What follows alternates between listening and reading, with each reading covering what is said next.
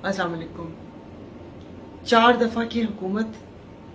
बुलंदो बांग दावे और एक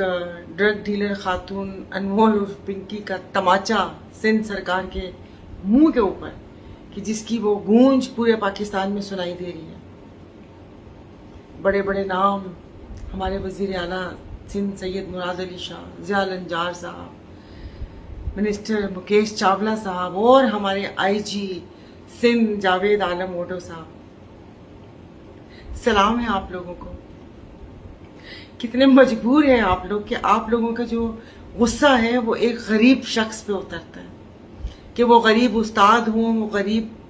नर्सेज हों, वो टीचर्स हों, वो अपने एहतजाज के लिए आए तो आपकी वो कहते हैं ना कि जालिम खून आशाम भेड़िए टाइप पुलिस का जो गुस्सा है उन गरीबों के ऊपर निकलता है।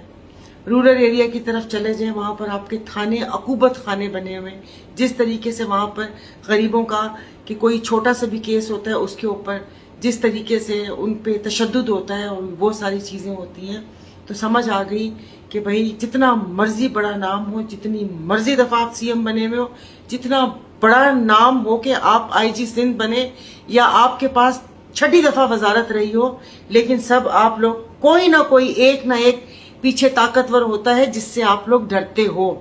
जिससे आपकी पुलिस भी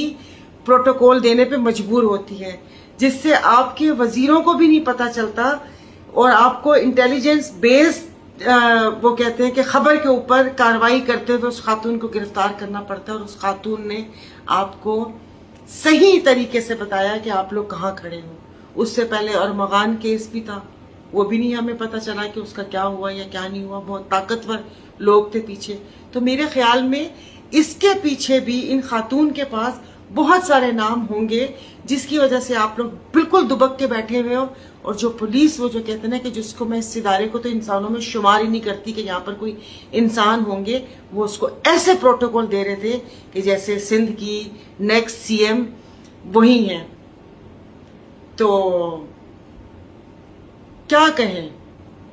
कोई चीज उठाकर देख लें। यहाँ पर ये जो नारकोटिक्स के हवाले से ये जो तमाम चीजें हुई हैं कि यहाँ पर खुलेआम किस तरीके से नशा बिक रहा था और फिर पकड़ने जाते हैं आप और फिर कैसे उसको प्रोटोकॉल दिया जाता है। चले अच्छी बात है, जवाब दें हो कौम के सामने। अब जाहिर है कोई आके लाठी तो सर पे खुदा की तरफ से लगती नहीं है, इसको जवाब दें। और जो सिंध पब्लिक सर्विस कमीशन में जो आप लोगों ने अपने वो क्या कहते हैं ना कि नानी बेड़ा बनाया हुआ है, उसका भी जवाब दीजिएगा कि सिंध के नौजवानों के मुस्तकबिल के साथ आप लोग जो खेले हैं और जो वो कहते हैं ना कि अंधा बांटे रेवड़ियां मुड़ मुड़ अपने घर के वो सारे बीच में आपके चन्ना सोमरो घुमरो बाजारी जो सेक्रेटरीज मौजूद हैं उन्हीं के भांजे भतीजे बेटे बेटियां सब आगे। और जो नौजवान मेहनत करता है उसका क्या कसूर कि वो आप लोगों के पास आप लोगों को देने के लिए उसके पास रिश्वत नहीं है। कोई खुदा का खौफ करें, कोई खुदा का खौफ करें कि इतनी उससे तो वो कहते हैं कि इतना कमा लिया है, इतना खा लिया है, अब तो थोड़ा बस कर लें, थोड़ा इस अवाम को देख लें। वरना गरीब अवाम वो क्या कहते हैं मुकदमे बनाते हैं, आप लोग मार देते हो जान से, खुदा जाने क्या क्या करते हो। तो फिर